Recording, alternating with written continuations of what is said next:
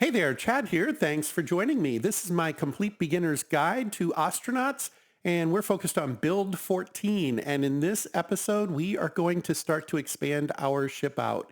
I've seen that there's a lot of folks that are just kind of confused as to what you do in the game. So I go and I salvage stuff, and then I bring it back and I sell it, and then I go and salvage stuff and I bring it back and I sell it, and I keep having to do that. And I've got this itty bitty ship and I can't carry very much. And we're going to learn some ways that you can build your ship out. We'll cover things like adding additional thrusters if necessary and how we might want to arrange some things. And then we'll also talk about a larger plan of how we might want to build this particular ship. And I have mentioned this before. I tend to end up with a big flying rectangle or brick, but it works for me. I like that. I have seen ship designs that are more elongated, like you might expect the ship to be. I don't think in space it matters. Mass is mass. We don't have friction to worry about so much. So as long as we're not trying to go into the atmosphere, we're okay. Incidentally, you can go into atmosphere in Ostranauts. There are worlds that have air, or at least friction as you approach a surface. And there are rotorcraft and things like that that you can work with. I have not experienced that myself. As discussed, I tend to like the salvaging and seeing what cool things I can do with my ship to build it out and make it look kind of cool. And we're going to start that process right now. So I do want to mention one thing I did. I don't think I've done any salvaging since the last video, which was on social, if I've got them in order. I think I did the social one last. I feel like my character, he's in a good spot to go and be away for a couple of hours on his own. It'll be many hours. I do know the one thing I wanted to check was when my little ticket here expires. Hopefully we have 12 hours or so on that. We do, actually almost exactly 11 and a half. So we're okay there. I don't think we'll be gone for 12 hours. If we are, we'll be out of battery and we will die anyway. And to prevent that from happening, I had mentioned before, I added a second battery. These are both live. If we click on them, we got about 8 hours is what this is saying. Hopefully that's accurate. But what I did, just because I am very paranoid about this, I bought a mini XS, so an extra small ship battery, and I put it here in this little nook. It is not installed. It's just sitting there. The idea being if I do actually run out of power, I can go hook this up and hopefully get home. That's the idea. We'll see if that becomes an issue or not. Hopefully it does not, but it's there for security more than anything. I think you can if you're out of, pardon me. Well, I started to say I think you can if you're out of battery power. You can make a call with your comm system, but you can't because you can't get the comms going. So I'm not sure what you do if that actually happens. If you're out of RCS, you can ask for help. I do know that, but I don't know what you do if you run out of battery power.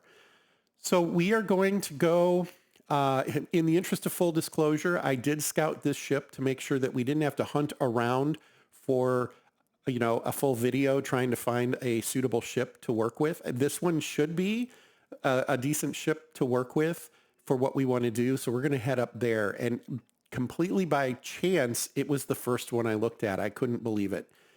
That has happened before every one of these videos. In fact, this series hasn't gone quite to plan for exactly that reason. I keep getting like exactly what I need on the first try. And then I'm like, well, heck, I might as well start recording this. So that's kind of where I'm sitting right now. I'm kind of excited about that. Hey, good playthrough. You're not having to work through the dregs of every last thing.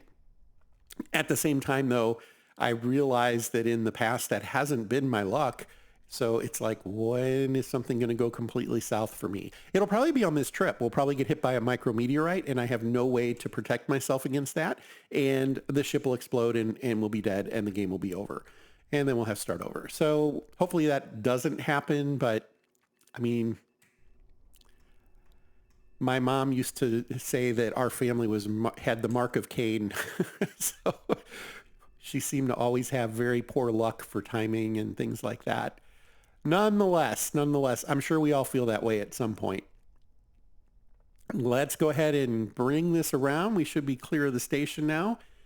You do want to be very careful about slamming into things with your ship, and this is a good way to kind of judge. You can see the outline size, and we're well clear of the port now, so we should be able to do what we need to do. I am locked in on that target. I do want to match bearing with it as close as I can get. It's reasonable there, not bad. And then we want to match the vertical. And we're going to sail in there. I was a little surprised. This particular ship that we're going to, it's a Series Max size ship, which is good. That's a good size. I had to get within 35 meters before I could dock, and that was weird. I was right on the ball. I think I was off by 0.01 on the bearing as it clicked, and the vertical cross was under 0.05, and I had to get right on top of it. So clearly something has changed there. My reactions simply aren't fast enough to deal with that anymore, so I have to come in extremely slow. I've been slowing down to about 30 as opposed to 50. As mentioned in a previous video, NASA would consider anything over fractions of a meter to be recklessly fast. And folks, I hope you will bear with me. I have a bit of a head cold going on right now. Those periods of silence that you might hear is me muting the mic so that I don't cough, sneeze, or otherwise deafen everybody. And so I'll try to keep those to a minimum and edit out the ones that I can. But there is a really good chance I'll miss something there, and I want to apologize in advance for that. So let's get back to it. Coming in quick. I actually didn't do anything in the meantime because we're really moving here. It's going to be time to jump in the pilot seat here in just a few seconds, so I'm not even going to bother undoing where we're at. Just wait for that. And then, so what I do when I get back in the seat, I immediately start decelerating. Even right now, you'll notice I'm decelerating as I'm going through the checklist here of getting to this. I've been holding S that whole time to slow down. And we're down to about 60 now. Now, I was tapping it here and there. But there we go. Let's go to 40, and then we'll line up, and then we'll accelerate time. I think that's what's working best for me right now. And if you can get both of those numbers dead on and hit R and lock it in, you're perfect. It won't change at all. That's just how the physics of it works. I'm not very good at getting that to happen, and I fiddle too much also. My brother will tell you that. I play with buttons. Okay, see, we're at 0, and I'm nulling the rates, but we're still drifting anyway. So that's unfortunate. I was hoping we would be able to lock that in. Yeah, my brother used to get mad I'd get in his car and push all the buttons. And what do you expect? He's much older than me. He should have known better. That's the way I look at it. Okay, so this is the ship I was hoping it was. I don't know why I would have thought it would have changed. It's a long, skinny ship. We are actually technically docked like right here, I think. And the good news about this ship, at least when I visited it last time, and I'm hoping it's still true, is it is largely intact. We can see a few holes in the floor here, but for the most part, it's mostly empty. It has lots of floor. It has lots of wall, and it has a reactor. So I think part of the mission here is to build enough space to take the reactor with us and sell it. That's kind of what I'm thinking. We can kind of tell at this level that there probably aren't any pirates on it because there aren't any lights. That's not an absolute truth, but I'm going to trust my instinct that says that there probably are no pirates on it. I'm going to set this bag down. I do have some food with me. I've got my tools. I will hang on to the machete just in case somebody gets stupid. You know, it happens. But otherwise, we are going to take our shoes and put them in a cargo pocket. We're going to take our cargo pants. Oh, I didn't open the... Yeah, I want to open this one. That's where our pressure suit is and our EVA suit. We're going to EVA on this one. And I'm going to do that. We have to hold our backpack when we do that, and we're going to put our helmet on. The other thing I want to do is I'm going to bring some of these lights, and I'll show you something that I do with the lights. It's not like it's magic to me or something. Anybody can do this, but it can be a little helpful, particularly when you're doing this kind of a build out that we're going to be working on. Being able to see where things are and were and all that is going to be helpful. Okay, here we go. We'll take a quick tour of the ship so I can show you what I was seeing. I didn't even notice, though, that there were some batteries here, although it's damaged. That one is fully charged. So if we run into problems, we can grab a fully charged battery. The other thing you can do is you can put power connected to these things, and like ship lights will turn on in that. Usually they don't, because there's like, you'll notice here, there doesn't appear to be a connection. Although maybe it connects into the wall, I'm not sure.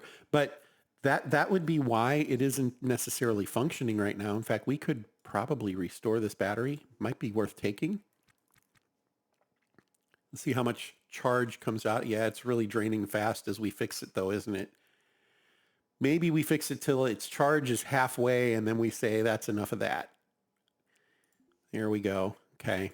But here's the reactor. You can see it's mostly intact. I didn't look to see that every last piece is there. And I do see some things like motors floating around. So there might be some damage here, but in general, it's in good shape. I didn't see fuel tanks. Here's a bed, which is basically, that one is a sleeping bag. That's the word I'm looking for. And I'm going to slow down time. I don't know why I had it still accelerated that fast. So every once in a while, you'll find something good in some of these bins or hatches. And right now, not so much, but that's okay. Here's another rack. I do like these racks. These racks, you can put things like walls in, and that helps. You can't stack them, but you can put 3 of them in that space, and that's good. There's a CO2 scrubber, a tote bag. Anything in it? We'll want to grab, and generally you want to grab all the bags you can find. The reason, they take up 1 space on the floor, and they have 9 slots in them, and you can put a lot of good stuff in them. And we suddenly have a thunderstorm blowing up around me. Sorry about that. I thought somebody fell or something. The floor moved. It was thunder. All right. Well, here's hoping the power stays on. And let's see what else we have in here. Of course, your visual is limited. The suit doesn't have an incredible light source, but it has a light source, so that's good. Not really seeing anything worth keeping there. There's a thruster we might be interested in grabbing once we're done here.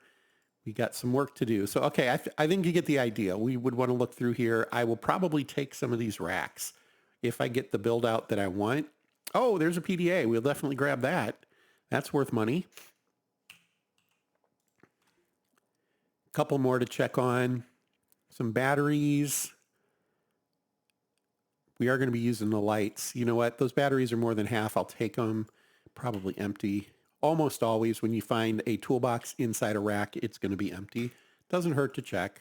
Just takes you a minute. These are ablative cores for inside a reactor, and they can be valuable. I probably want to remember these are here. In fact, I think what I'm going to do is take them out and put them on the floor and hope that I remember that they're there, because I don't recall exactly. I think the price on these has changed over time, and I haven't run into them in the wild in a while, so we'll have to see if that's worth taking. This would generally be the bathroom facility. Oh, a gravusine pen. So this is an interesting thing. When you're doing, if you're moving in between systems, like going to Venus, you're going to be under a lot of G-force, and this helps prevent some of the G-force sickness that your character will undergo. So it is a pharmaceutical, basically, and that's something that's always worth grabbing. Also, they sell very well. Okay. Well, I want to remember this tote is there. So this is what I will sometimes do. I kind of alluded to this, and then I didn't do it. I bring these lights along, and I will turn them on, and I will mark spots that I want to remember. Because when I zoom out, those spots will be lit up. Even if I'm on my ship, I'll still see them. And that can be really, really helpful. So we'll come over and we'll mark these ablative cores. Hopefully we have some space left for those. Now, I want to be a little careful with that, because on top of marking those, I also want to use them over here where we're going to be kind of mining stuff, so to speak, to build out our ship. So that's a factor as well. We're going to speed up time just a hair here. And I want to check and see if there's anything in this one. Generally, no. This looks like a Kang. It is.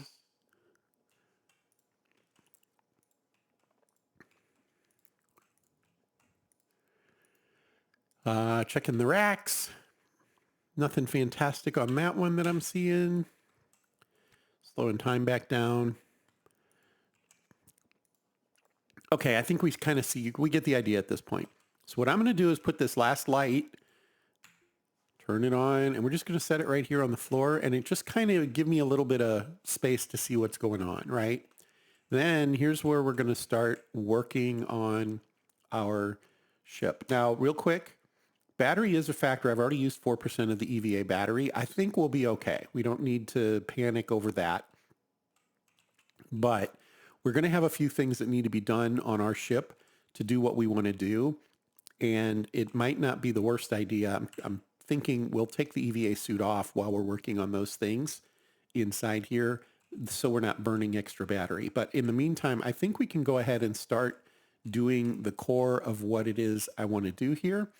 The first thing we're going to do is grab as much conduit as we see fit. Right now, at least we're going to take all of it out of this wall. We're also going to remove that wall because we're going to need wall because we're going to build this out. And then we will start grabbing the floor. We won't use the wall just yet. We'll leave it there, and then we're going to grab floor. Might even come over and grab a... We did not see any crates, did we? That's disappointing. I was hoping I expected we would find at least one crate, and that would have been helpful. We can use the backpack, though. Flooring can fit into a backpack, so we'll get that working for us. And we'll just see where this goes. Let's start with giving it some orders.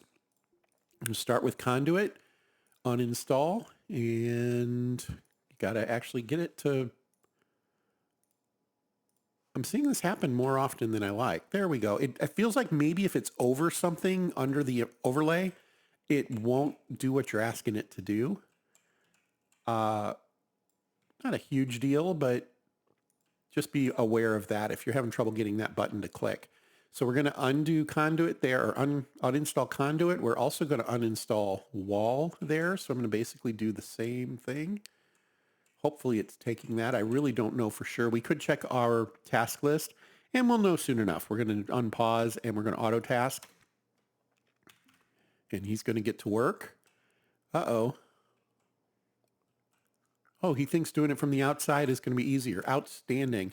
You'll notice there was a hole in the ship, so he was able to just get out here. I didn't even really have to do that, except we need the wall. Part of the reason for doing it over here was easy access to where we're going to build out first. We're going to build here initially. Then in the future, I'll build out this way and make a stateroom over here. I really like that layout. And we can speed this up. We do want to pay attention to things like he's still okay here. The temperature will go up and down. You just have to make sure you're not like dying. So to put it in a very specific term, expect that this will fluctuate. His comfort level will fluctuate, things like that. But you're basically, your job is to make sure that it doesn't get critical. The sleep will be fine for another several hours. We'll go back to the base to rest. He doesn't need to use the bathroom just yet. And that is a reason that we put a toilet on our ship eventually as part of the stateroom. That way we don't have to worry about that anymore. He needs to go, he can go. This is going very well so far, actually. I'm really pleased with this find, though, because just having all the resource right here, it's wonderful. It's so helpful. We'll be able to kind of fly through this. A 2-hour video just became an hour-long video. I do expect this one's going to go kind of long. I prefer to keep them short where I can. If there is a good breaking point here in 10 or 15 minutes, might break it into 2 parts. I'll publish them at the same time, though. I hate it when it's like, it's not meant to be a cliffhanger, folks. So let's slow time down. I had paused it, so we were good. We're going to need to move this antenna. And we're going to do that right now. So we're going to uninstall. Actually, let's restore it first, just so it's not something we ever have to mess with again. This is the antenna that allows us to communicate with other ships and stuff like that. And you do need one.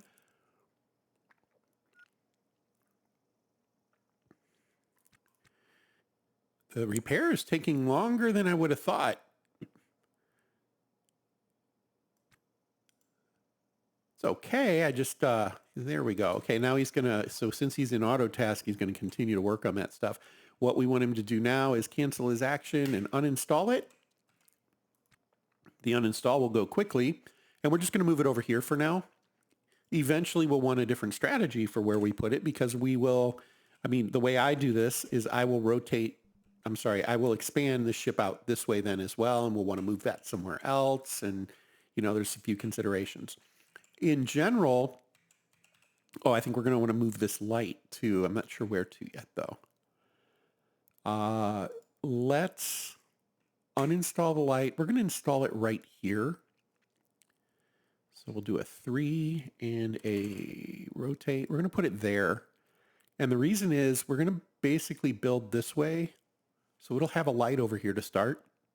And that will be helpful. Okay, took a quick pause there for a second. Sorry, folks. Let's see. So we were talking about moving the antenna. We're going to build out.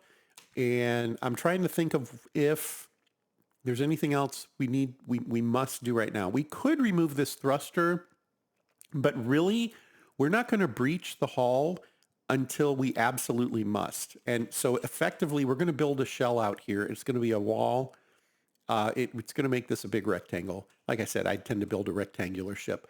If I can figure out a good way to do it, I'll try to put a screenshot of my previous ship in here, although I have lost that save. So when I updated computers, I don't have it anymore.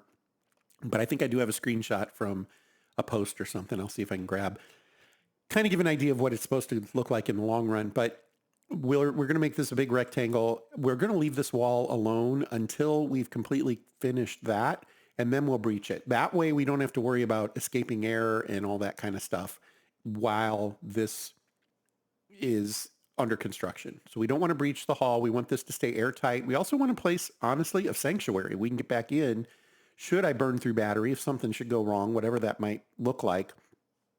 We need to have atmosphere and temperature in that. So the last thing we do is breach the hull when we're done.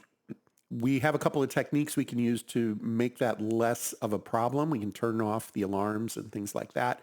But for now, I think we're going to go with that strategy. So I want to go back inside the ship, and we're going to grab that other backpack, and we're really just going to use it for storing flooring so that we don't have to keep walking back and forth. That's really the idea. The only thing in there is additional oxygen. I don't have an additional battery. That's on me. I could have probably done that. Didn't think to. An additional EVA battery. We'll be okay. I mean, we're still at 90% plus, so it's not exactly a concern just yet, but it's also not something we want to let go for too terribly long. Okay, what I'm going to do is I'm going to set this backpack down. We're going to put it right here. And the idea is going to be that as we collect flooring, we're going to drop it in there. So the next step is to grab flooring. You might have figured that out based on what I just said. Congrats. And let's do this. And we're just literally going to paint a big square here of stuff that we're going to uninstall. I want to leave some of the floor intact. I'm trying to decide how big this is going to be. We're probably going to, I mean, we have an opportunity here to do whatever the heck we want. There is a lot of ship here we can use. And I'm inclined to do that. So I think we'll do this. There's some considerations that we'll want to keep in mind, but this should get us started, and I'm okay with this. And we're going to auto task, and he should start getting busy. Now, initially, we can just pick these up and put them in our own backpack. And what I tend to do is I'll stack them just like this. They'll stack 5 high.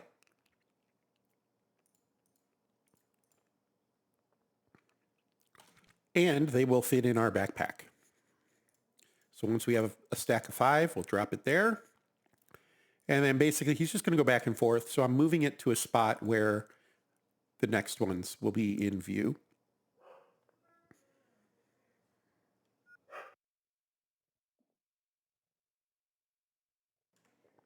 There's one. Generally, he'll do them in the order that you assign them. Not so much this time, it looks like, but we'll see. Now, if you have a crew member, this is a great time to have a crew member. We can have, well, we could have two of them working on the flooring here. We could also have one of them doing the flooring and the other one actually installing the stuff. Wouldn't that be fun? Actually, I wonder, can we drop these right on there? We can. Oh, I was too late there, though. And that's a wonderful use of crew. I don't tend to hire a lot of crew just because of the way I play through the game. It's not necessary. There's nothing wrong with hiring extra crew to do this stuff. And I do want to point something out. You'll notice if I click this, I can't drop it in the black area because there's no flooring there to put it on. So you do need to be kind of careful because when it uninstalls floor, it puts them on an empty spot. You'll notice when I move these, there's actually nothing under them. And what that is basically doing, it'll sit there, but you can't put it back there. Now that one I could actually, that was weird. Looks like he's putting these, okay, that's curious. He's putting them slightly off from where they are. This one can't stack on, it's empty underneath. No, it's not. Why won't, oh, they're different types. That's probably why it wouldn't stack. I didn't notice that there might have been different types there. Okay, there we go. You can kind of get an idea of some of the quality of these flooring parts. We're just going to start shoving these into this bag. That will be the primary way that we're working on this. And we've barely touched the laser torch's charge. That's good.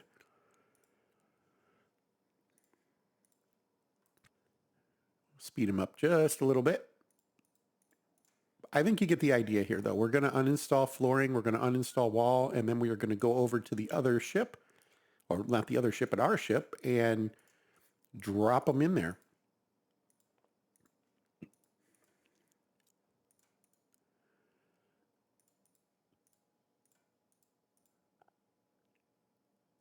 Never have enough flooring.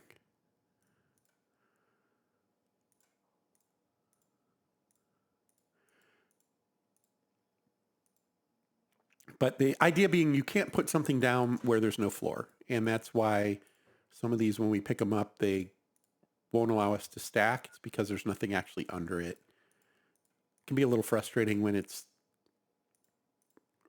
the only spot that's available and you can't use it. Turns out it's not actually a spot. He's really cruising now. Might be best to just let him do his thing. I can try to play this pickup game and I'll probably get frustrated. That's what typically happens. So, oh, he's done. Okay, we're going to slow down and let's see. Let's pick up. I mean, that's quite a bit of flooring, right? So let's pick up this bag. We'll put it in his right hand. There we go. And then we're just going to do this.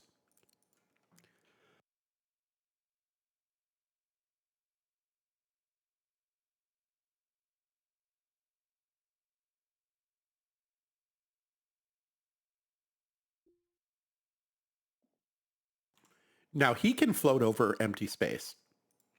We just can't put anything in empty space. That's the trick here. 4 more, that will dovetail nicely into there. A few more stacks here. And if you overstack, it will stack it to its max and then give you the extra piece to deal with. Just like that. Okay, is that all the flooring we did? It looks like we missed one up here. We could do 9 more flooring pieces and fit them in this bag. We have all that conduit too that we have need for eventually. So let's go with this. And I think what we'll do is go ahead and end this video right here. We'll pick up in the next one, just so you guys can take a break. If you want to come back and see how we finish this up in the next one, great. I will plan to put these out at the same time, so you should see the following one immediately. I do want to thank you for your time. This is my Complete Beginner's Guide to Ostranauts. I am Mo Chad, and I hope you are enjoying this. Certainly, I hope you're finding it helpful because these are some of the unwritten tasks you do in the game that aren't really well described. And I know that when I was able to find these, it was so, so helpful, and I hope that I can pass that along. Thank you again, and until next time, fair travels.